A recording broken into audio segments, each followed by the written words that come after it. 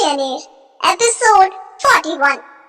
अगली सुबह सिंघानिया ऑफिस में अभिमान अपना सर पकड़कर बैठा हुआ है। टीवी, न्यूज़पेपर और यहाँ तक कि सोशल मीडिया हर जगह सिर्फ और सिर्फ रोनिता और शैली के बीच हुई फाइट छाई हुई है। अभिमान को ये सब देखकर बहुत गुस्सा आ रहा है। दूसरी तरफ उसकी मीटिंग मिस्टर रॉबिन के साथ होनी है, जिसकी भी कोई तैयारियां नहीं की गई। अभिमान ने गुस्से से रोनिता की तरफ देखा और कहा, तुमसे ऐसी बेवकूफी की उम्मीद नहीं की थी मैंने रोनिता। रोनिता चुपचाप अभिमान की डांट सुन रही है। वो जानती है शैली के साथ झगड़ा करके उसने कितनी बड़ी गलती कर दी। रोनिता ने आगे बढ़कर अभिमान से कहा, आई एम रियली सॉरी अभिमान, लेकिन मैं क्या करती, वो तुम्हारे बारे में बहुत उल्टा सीधा बोल रही थी। मैं तुम्हारे बारे में, इस कंपनी के बारे में कुछ भी गलत नहीं सुन सकती। अभिमान का गुस्सा अभी भी सातवें आसमान पर है। अभिमान को कल रात क्या हुआ और उसने क्या क्या किया कुछ भी याद नहीं। अभिमान बहुत कोशिश कर रहा है सब कुछ याद करने की, लेकिन जितना ज्यादा वो कोशिश करता उतना उसके सर में दर्द होता। रोनिता और शैली के बीच की बातों के बारे में भी उसे सोशल मीडिया पर और टीवी पर छाई न्यूज से पता चला। अभिमान रोनिता को बहुत कुछ सुना रहा है।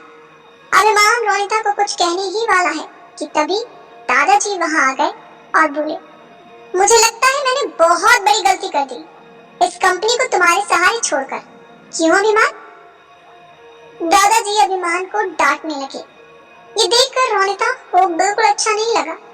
उसने बीच में कूदते हुए कहा, दादाजी इसमें अभिमान की कोई गलती नहीं है, मैं ही उसे जिद करके पब ले गई थी और शैली के साथ भी मैं ही।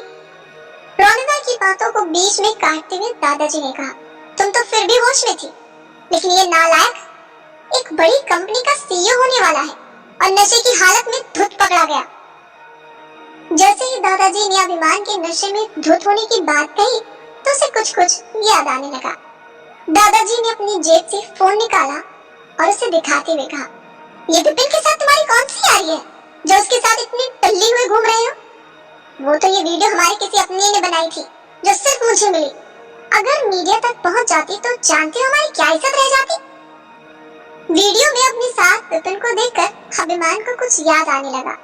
उसे याद आया कि विपिन के साथ उसने मिस्टर रॉबिन को लेकर कुछ बात की थी। अभिमान ने रोनिता से कहा, रोनिता विपिन मेरे साथ मिस्टर रॉबिन के बारे में कुछ बात कर रहा था। आई एम श्योर वो कुछ ना कुछ जरूर जानता है। अब मुझे पूरा यकीन हो गया इन सब के पीछे शैली का ही हाथ है। अभिमान की बात सुनकर दादाजी ने गुस्से में कहा, ओहो बंद करो ये चूहे बिल्ली का खेल, ये लड़ाई अब बंद करो। तुम दोनों की इस लड़ाई में हमारा बरसों का जो रिश्ता है वो तो खराब हो ही गया है। मैं अब सिंघानिया ग्रुप को डूबने नहीं दूंगा, समझे तुम अभिमान?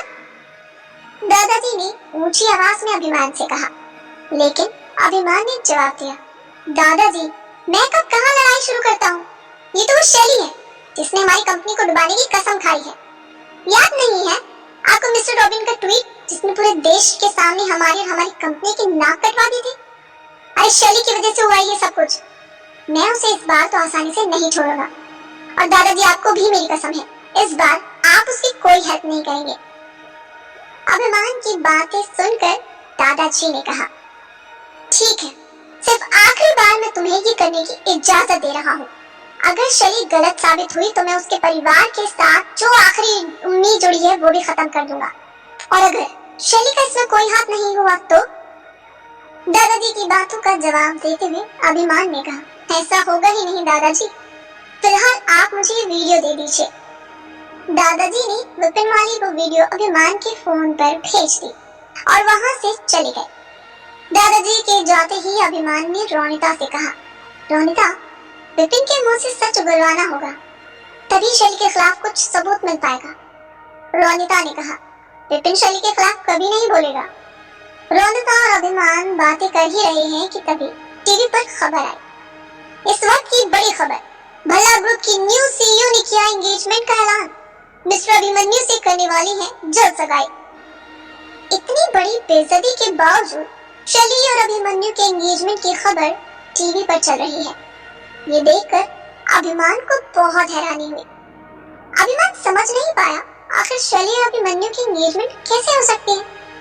शैली की दादी माँ कैसे एंगेजमेंट के लिए मान गई।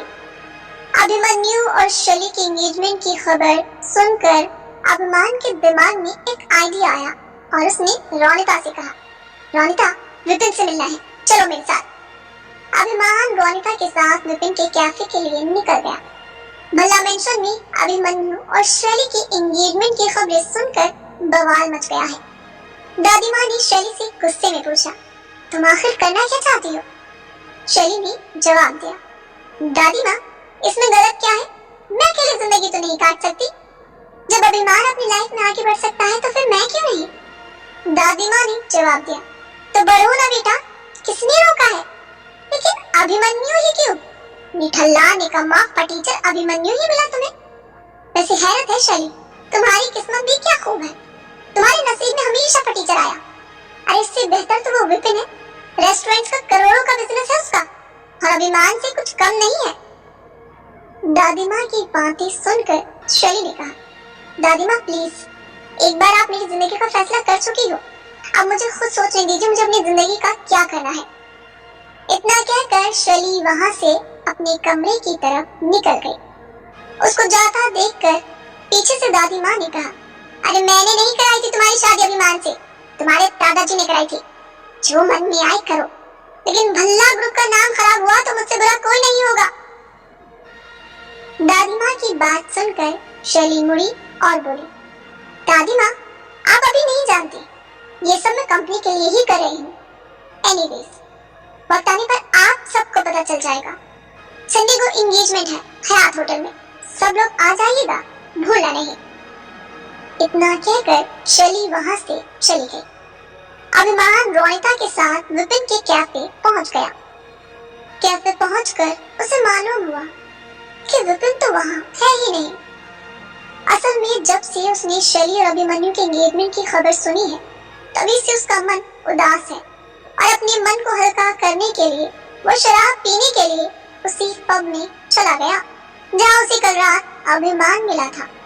अभिमान ने रोनिता से कहा, रोनिता तुम ऑफिस जाओ और मिस्टर रॉबिन के ठहरने का इंतजाम करो, मैं विपिन से मुलाकात करके सीधा एयरपोर्ट तुमसे मिलूंगा। इतना कहकर अभिमान पब के लिए निकल गया और रोनिता सिंघानिया ऑफिस चली गई। अभिमान ने पब जाकर देखा तो वहाँ विपिन पूरा टुन्न पड़ा है। अभिमान उसके पास गया और उससे बात करने की कोशिश की।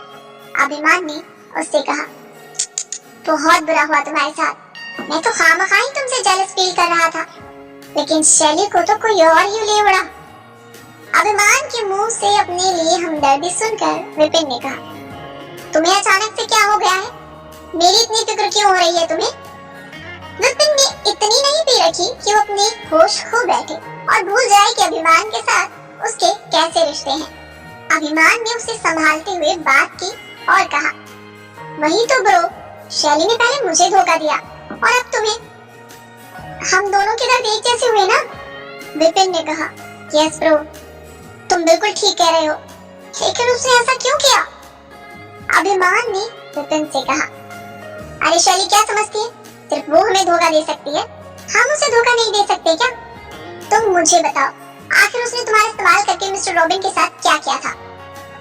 अभिमान के मुंह से मिस्टर रॉबिन का नाम सुनकर विपिन की सारी दारू उतर गई और उसने अभिमान के हाथ को जो अभी तक उसके कंधे पर था झटक दिया और बिना कुछ कहे आगे बढ़ गया। क्या विपिन शैली से धोखा मिलने के बाद अभिमान का साथ देगा? क्या होगा आगे? जानने के लिए सुनते रहिए सीक्रेट ट्रिलियनेयर। ये एपिसोड पसंद आया हो तो कमेंट करके जरूर बताइएगा। रोजाना रोमांचकारी एपिसोड सुनने के लिए हमारे चैनल को सब्सक्राइब और ज्वाइन